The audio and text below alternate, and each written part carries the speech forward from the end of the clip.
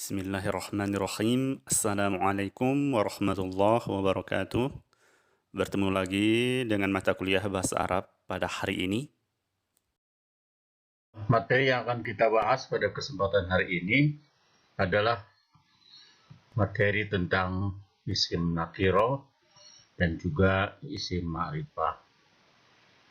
Paling tidak pada hari ini kalian sudah punya sedikit bekal tentang apa yang dibahas atau dipelajari tentang isim nakiro dan isim ma'rifah dengan disampaikannya materi pada kesempatan hari ini. Mudah-mudahan semakin menambah kekuatan akan pemahaman dari isim yang kita pelajari pada kesempatan hari ini. Baiklah, pembahasan berkaitan dengan isim nakiro ada beberapa hal yang harus kita pahami. Yang pertama tentang takrif atau definisi apa itu isim nakiro. Yang kedua tentang alamah atau ciri umum tentang isim nakiro, dan yang ketiga nanti ada beberapa contoh yang berkait dengan isim nakiro. Selanjutnya isim ma'rifah. Bahasan tentang isim ma'rifah juga yang pertama adalah tentang takrif atau definisi. Yang kedua anwa. Anwa itu macam-macam tentang isim ma'rifah. Dan yang ketiga beberapa amsilah, contoh-contoh dari masing-masing macam isim ma'rifah itu. Dan yang terakhir kita akan coba latihan ya tentang isim nakiro dan isim ma'rifah. Baiklah, kita lanjutkan bahasan yang pertama tentang isim nakiro. Yang pertama adalah tentang ta'rif. Nah, apa itu ta'rif atau definisi dari isim nakiro? Nah, ini usahakan ta'rif-ta'rif ini, definisi-definisi dari masing-masing istilah dalam ilmu nahwu ini diusahakan untuk dihafal ya. Isim nakiro adalah atau huwa, ismun nakiro huwa kullu ismin yadullu ala syai'in ghairi muayyanin. Kullu ismin yadullu ala syai'in ghairi muayyanin. Artinya isim nakiro ialah setiap isim yang menunjukkan sesuatu yang tidak tertentu atau masih bersifat umum. Ghairi muayyan. Dari sisi makna. Dari sisi makna isim nakiro itu sesuatu yang ghair muayyan atau belum tertentu. Lantas apa ciri umum dari isim nakirah ini? Wa min alamatin ammah li ismin nakirah, di antara atau dari ciri-ciri umum isim nakirah itu yang pertama adalah takunu munawwan. Selalu menawan, artinya selalu bertanwin. Ya, selalu tanwin. Kita tahu yang dimaksud tanwin adalah nun sukun yang dilambangkan dengan double harokat, baik yang an, in, ataupun un. Dan yang kedua, laisa fiha alif wal lam. Ciri umum lain dari isim nakiro adalah dia tidak ada alif dan lam atau al. Itu jadi yang pertama, isim nakiro itu selalu bertanwin. Yang kedua, alif dan lam. Keduanya ini tidak bisa bersatu dalam satu kalimat. Artinya, kalau sebuah kalimat itu bertanwin dan beralif lam itu tidak mungkin. Kalau ada alif lam, tidak tanwin. Kalau ada tanwin, tidak beralif lam. Hanya nanti ada kata-kata atau kalimat yang sekalipun tidak ada alif lam, tapi tidak bisa bertanwin. Nah, berikutnya seperti apa contoh-contohnya? Contohnya, misalnya yang pertama tadi ada tanwin, pihak tanwin.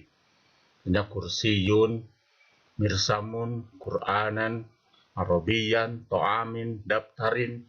Ini kata-kata atau kalimat-kalimat yang bercirikan tanwin. Ada tanwin doma, tanwin fathah, dan tanwin kasroh. Yang kedua, laisa fiha al, tidak memiliki atau tidak diawali oleh alif lam. Misalnya ada kata waladani, waladaini, muslimun dan muslimin. Kedua, kalimat ini yang termasuk musanna dan jamak mudzakkar salim, sekalipun di sini tidak ada alif lam, tapi ini nggak boleh dan nggak bisa ditanwin. Tidak boleh waladanin gitu, nggak boleh, karena ini kata yang menunjukkan bentuk musanna. Ya, mudah-mudahan paham. Berikutnya kita akan bahas tentang isim ma'rifah. Isim ma'rifah yang pertama adalah kaitan dengan ta'rif. Sekali lagi, definisi-definisi dari masing-masing istilah, baik nakirah ataupun ma'rifah atau yang lainnya, usahakan untuk dihafal supaya pemahamannya akan makin kuat. Nah, isim ma'rifah adalah kullu ismin, atau ini kullu ismin diwasol ya, kullu ismin yadullu ala syai'in muayyanin. Ini perbedaannya. Kalau nakirah ghair muayyan, kalau ma'rifah muayyan, sudah tertentu, bersifat khusus. Ini perbedaan. Ini dari sisi makna.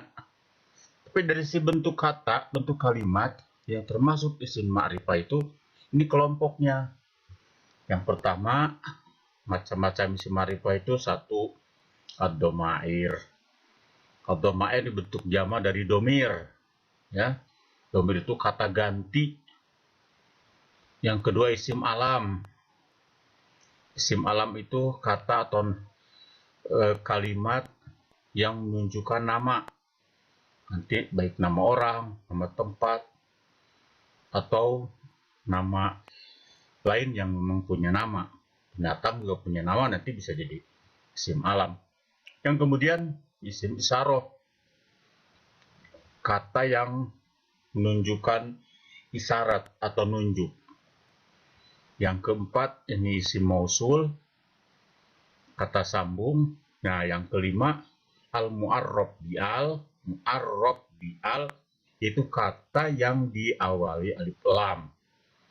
Yang keenam mu'arrab bil idopah, kata yang diidopatkan, yang disandarkan. Tentunya kalau sandar menyandar tentu ada dua kata, ya, ada dua kata. Nanti contohnya kita akan bahas. Yang ketujuh adalah munada al-maksud. Munada artinya yang dipanggil, al-maksud ada orang-orang yang dimaksud, yang tertentu. Seperti apakah contoh-contoh macam-macam isim ma'rifah itu? Baik, kita perjelas. Contoh-contoh isim ma'rifah, yang pertama ad-domair, itu domir.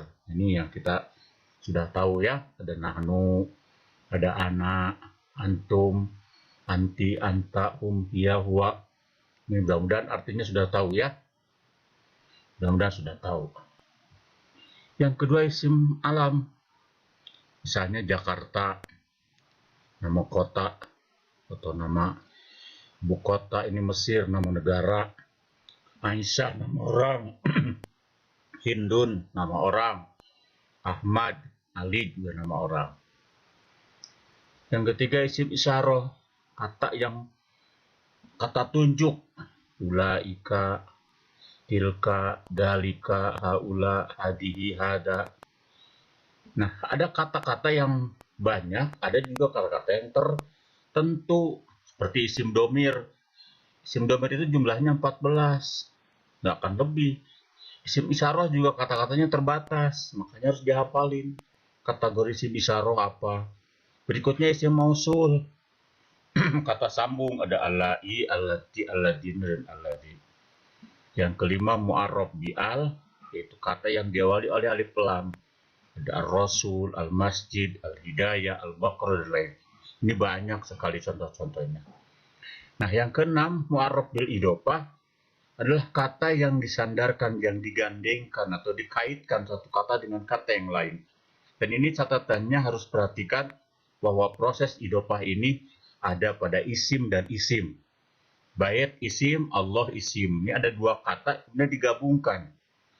Bait asalnya punya arti tersendiri, Allah punya arti tersendiri, ketika digabungkan Baitullah, ini satu arti, satu makna ya. Robbuka, Rob sama anta jadi Robbuka, Malikin Nas, Siratal Ladzina, Robbahada, dan seterusnya dan seterusnya. Yang terakhir adalah munadal maksud, yaitu kata yang dipanggil, kata menunjukkan panggilan. Ya gulamu. Gulamu asalnya ini nakirah bentuknya, tapi karena dipanggil tertentu, maka disebut ma'rifah. Ya naru, ya qayyumu, dan seterusnya dan seterusnya. Inilah contoh-contoh dan macam-macam dari isim ma'rifah. Mudah-mudahan kalian bisa mengikutinya dan tidak keliru dengan apa yang disampaikan tentang isim nakirah dan isim ma'rifah ini. Nah, selanjutnya nanti kalian coba latihannya. Ini ada latihan tentang isim nakirah dan isim ma'rifah. Silakan pelajari dan silakan kerjakan latihannya. Mudah-mudahan ini bisa dipahami dan menambah pemahaman tentang isim nakirah dan isim ma'rifah ini. Terima kasih kepada yang sudah memperhatikan